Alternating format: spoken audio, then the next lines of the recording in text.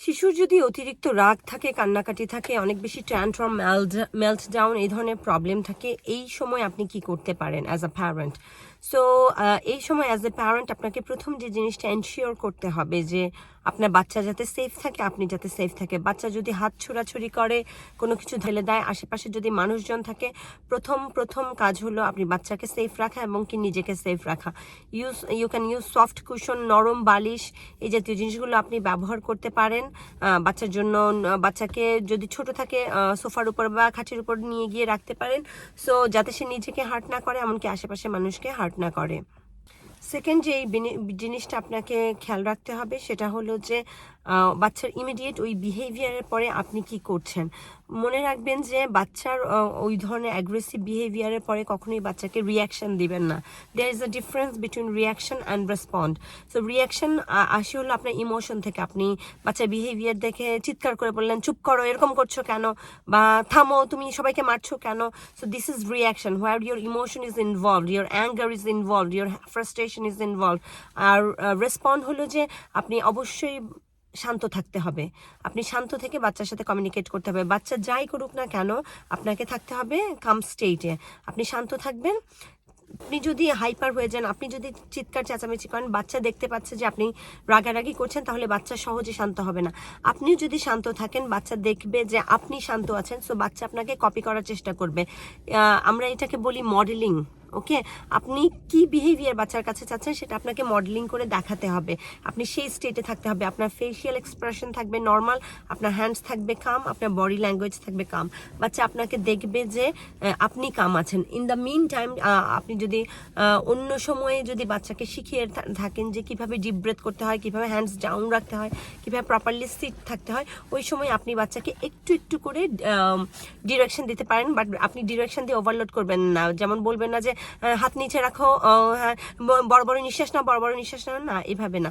আপনি চেষ্টা করবেন বাচ্চাকে সেফ রাখতে, নিজে খাম থাকতে। তারপর আপনি স্লোলি বলবেন, can you take deep breath, like, and your voice should be very low and calm. So ও বাচ্চা যদি ডিপ ব্রেথ শিখে, বাচ্চা ডিপ ব্রেথ করো। আরেকটা কথা মনে রাখি, ওই সময় কিন্তু কোনো কিছু শেখানোর সময় না।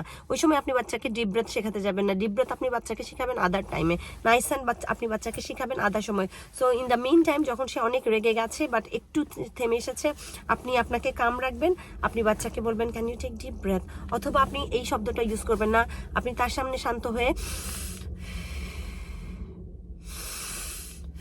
আপনি মডেল করবেন বাচ্চার কাছে। আপনি কি আশা করেন বাচ্চা আপনাকে কপি করবে? এগুলো আপনাকে আলাদা সময় শেখাতে হবে যে কিভাবে ডিপ ব্রেথ নিতে হয়। আপনি নিজের হাত কাম রাখবেন বা হাত পেছনে রাখবেন, তাহলে বাচ্চা আপনার যে ফিজিক্যাল পশ্চার সেটা কপি করলো। তারপর যেটা করতে হবে সেটা হলো আপনি বাচ্চাকে চয়েস দিবেন। যখন বাচ্চা একটু ঠান্ডা হয়ে আসছে, আপনি বাচ্চাকে চয়েস দিবেন। কি চয়েস দিবেন? সে এখন অ্যাংরি, এখন সময় না তাকে বোঝানো যে তুমি এটা ঠিক করেছো, এটা ভুল করেছো, উচিত করো নাই, কেন করেছো। না, কেউ রেগে থাকলে কানে শুনে না, এটা আমাদের সিস্টেম। এখন কোনো কিছু শিখার সময় না। আপনি এখন বাচ্চাকে চয়েস দিবেন, বলবেন যে তুমি কি এটা চাও না এটা চাও। ওকে, যেমন আমার নোরা যদি রেগে যায়, আমি ওকে জিজ্ঞেস করি তুমি কি পানি চাও না ফোন চাও, খাবার চাও নাকি খেলনা চাও। যেহেতু নোরা একটু ভার্বাল, সে বলতে পারে চয়েসেস যে হ্যাঁ আমি এখন খেলনা চাই বা আমি খাবার চাই, আমি হাংরি। কিন্তু যেসব বাচ্চা কথা বলতে পারে না, তাদের জন্য আপনারা ছবি ইউজ করবেন। ছবি ABA থেরাপি, ছবি অটিস্টিক শিশুর জন্য অনেক ইম্পর্টেন্ট। যাদের অটিস্টিক বাচ্চা আছে তারা এখনই মেন্টালি প্রিপেয়ার হন ফটোস ইউজ করার জন্য। Photos doesn't reduce the sounds of year mouth. আপনি যখন ফটোস ইউজ করবেন, সাথে সাথে শব্দটাও বলবেন। বাচ্চা কখনোই ফটোর উপর ডিপেন্ডেন্ট করবে না। বাট আমাদের অটিস্টিক বাচ্চারা অনেক বেশি ভিজুয়াল হয়। আপনি পানি পানি বলার চাইতে পানি একটা গ্লাস দেখালে বাচ্চা অনেক দ্রুত বুঝতে পারে। আর যখন মানুষ রেগে যায় বা বাচ্চা রেগে যায়, তখন যত বেশি কম শব্দ ইউজ করা যায় ততই ভালো। সো আপনি বাচ্চাকে চয়েসেস দিবেন, দেখবেন সে একটা না একটা চয়েস হয়তো শুরু শিখাতে শেখাতে, মানে আপনার যেটা মনে হয় যে বাচ্চার এই মুহূর্তে দরকার, সেখান থেকে চয়েস দিবেন।